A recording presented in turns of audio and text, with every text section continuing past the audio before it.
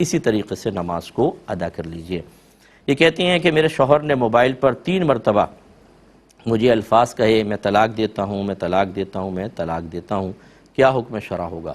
دیکھیں بہن، تینوں طلاق ہو گئیں فقہ حنفی کے روشنی میں، اور یہ فقہ حنفی کوئی معاذ اللہ کوئی قرآن یا حدیث سے ہٹ کر نہیں ہے۔ تمام صحابہ کا اس پر اجماع رہا کہ ایک وقت کی 3 طلاقیں 3 ہی ہوں گی۔ پھر ہمارے ائمہ اربعہ، امام اعظم، امام شافعی، امام مالک، امام احمد بن حنبل اور رضی اللہ تعالی عنہم، جن کے علم پر، جن کے تفقہ پر، جن کے اصولوں پر اور اصولوں سے قرآن و حدیث سے نکالے گئے مسائل پر پوری امت کا اعتماد اور اعتقاد ہے، یہ چاروں یہی کہتے ہیں کہ ایک وقت کی 3 طلاقیں 3 ہی ہوتی ہیں۔ پھر 1500 سال کے جتنے بڑے بڑے ائمہ گزرے وہ سب ایک وقت کی 3 طلاقوں کو 3 ہی قرار دیتے رہے ہیں۔ لہٰذا یہ بھی ہوگا آپ کے شوہر کسی کے پاس پہنچیں گے، وہ بولے گا نہیں کوئی طلاق نہیں ہوئی کیونکہ ایک ساتھ دے دی ہیں، بعض کہیں گے نہیں ایک ہو گئی ہے۔ صحیح مسئلہ نہیں ہے، صحیح مسئلہ یہ ہے ایک وقت کی 3 طلاقیں 3 ہی ہوتی ہیں، اور نبی کریم صلی اللہ علیہ وسلم نے جب یہ جانا کسی صحابی سے کہ ان کا ارادہ 3 ہی طلاق دینے کا تھا تو ایک ساتھ دی گئی 3 طلاقیں سرکار نے نافذ فرمائی ہیں۔ تو مجھے آپ کے ساتھ ہمدردی ضرور ہے، لیکن تینوں طلاقیں واقع ہو گئیں، اب آپ شوہر کی زوجیت میں نہیں ہیں۔ اب آپ کو اگر فرض کر لیں ان سے شادی کرنی ہے تو پہلے حلالہ ہوگا۔ اس کا پروسیس یہ ہے کہ پہلے آپ ان کی عدت گزارنے کے بعد پھر اپنی مرضی سے کسی شخص سے نکاح کریں، اور پری پلان نہیں ہونا چاہیے، آپ دونوں میں باقاعدہ جسمانی تعلق قائم ہو۔ پھر وہ دوسرا شوہر فوت ہو جائے یا پھر وہ اپنی مرضی سے آپ کو طلاق دے، ان کی عدت گزاریں گی، پھر پہلے شوہر کے پاس آ سکتی ہیں۔ دوسرا جو بھی اس کے علاوہ راستہ بتائے گا وہ گناہ کا راستہ بتائے گا، اچھی طرح یاد رکھیں، یہی صحیح طریقہ ہوتا ہے، اس کو حلالہ کا پروسیس کہتے ہیں۔ یہ پری پلان نہیں ہوتا، یہ مطلب آپ کو یہ کرنا پڑے گا تب آپ پہلے شوہر کے لیے حلال ہوں گے۔ یہ تو آپ کا جواب ہے۔ باقی یہ شوہر نے 2 سال سے آپ کو علیحدہ رکھا ہوا تھا اور آپ نے کوئی بری چیز نہیں کی تھی، آپ نے تو خرچہ مانگا تھا کہ مجھے خرچہ دے دیں، کہ 6 بچے ہیں، 3 ان کے پاس غالباً 3 آپ کے پاس ہیں، اور آپ ان کا خرچہ کے لیے پیسہ مانگ رہی تھیں، تو آپ جب تک ان کی زوجیت میں ہیں، اگر قصور شوہر کا تھا اور آپ گھر چھوڑ کر آئی ہیں تو نان نفقہ آپ کا بھی شوہر پر لازم ہے۔ ہاں اگر آپ کا قصور تھا چھوڑ کر آ گئیں تو پھر بیوی نان نفقے کی مستحق نہیں ہوتی، لیکن اولاد کا نان نفقہ تو بہرحال باپ پر تھا۔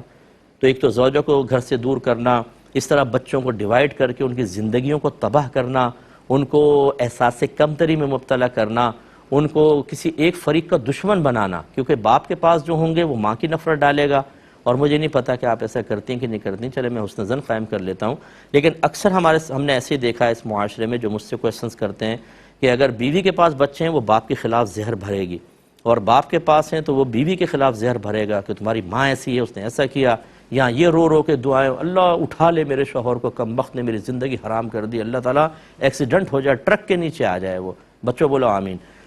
تو اب وہ بچوں کے دل میں شروع سے باپ کے ظالم ہونے کا تصور، اور ان بچوں کے ذہن میں ماں کے غلط ہونے کا تصور، یہ بھر کے آپ بچوں کے ساتھ ہمدردی کر رہے ہیں۔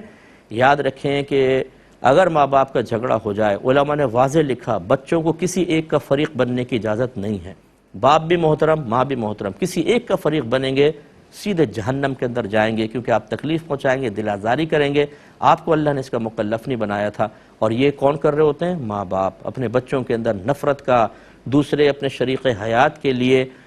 مخالفت کا وائرس انجیکٹ کر کے انہیں دشمن بنا دیتے ہیں۔ یہاں تک ہم نے دیکھا ہے کہ ایسے بچے جب پل بڑھ کے جوان ہوتے ہیں تو باپ کی طرف دیکھتے بھی نہیں ہیں، اگر باپ گھر میں آتا ہے پچھلے دروازے سے نکل جاتے ہیں کہ ہمارا باپ بہت ظالم ہے۔ ایسے بچوں سے میری گزارش ہے، آپ کو یہ حق حاصل نہیں ہے کہ ماں کے خلاف کام کریں یا باپ کے، آپ کو یہ حق حاصل نہیں ہے کہ آپ ترازو لے کے کھڑے ہو جائیں کہ قصور کس کا تھا،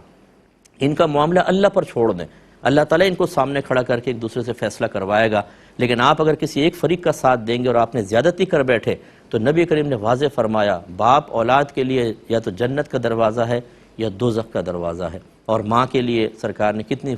فضیلتیں بیان فرمائی کہ ماں کا حق یعنی ماں کا حق باپ سے بھی 3 گنا زیادہ ہوتا ہے، جو ماں کی نافرمانی کرے، اس کی دل آزاری کرے، ایک حدیث کے مفہوم کے مطابق اللہ تبارک و تعالیٰ نہ اس شخص کا فرض قبول کرتا ہے نہ نفل قبول کرتا ہے۔ اور یہ کون کر رہا ہے اپنے بچوں کے ساتھ؟ خود میاں بیوی، ماں باپ یہ نہ کریں۔ تو یہ اگر ایسے شوہر مجھے سن رہے ہیں جو ٹارزن بن کر، بڑے مضبوط بن کر، حاکمیت کا ناپاک اور غلط تصور ذہن میں رکھ کر عورتوں پہ ظلم کر کے انہیں میکے چھوڑا ہوا ہے، نہ نان نفقہ دیتے ہیں، نہ طلاق دیتے ہیں کہ کسی اور سے نکاح کر لے، اور برملا کہتے ہیں نہ تجھے چھوڑوں گا نہ تجھے طلاق دوں گا۔ تو آپ یہ کیا کمال کر رہے ہیں؟ آپ یہ میدان محشر میں آپ کی جو شرمندگی اور ذلت ہوگی، اللہ تعالیٰ سب کو محفوظ رکھے، لیکن جو ظالم ہے میں ان کے بارے میں کہہ رہا ہوں کہ آپ وہ دیکھنے والی ہوگی۔ آپ ابھی تو بڑے شیر بن رہے ہیں، وہاں پہ آپ بہت پچھتائیں گے، ایسا نہ کریں۔ مختصر سا بریک لیں گے، ہمیں یقین ہے آپ ہمارے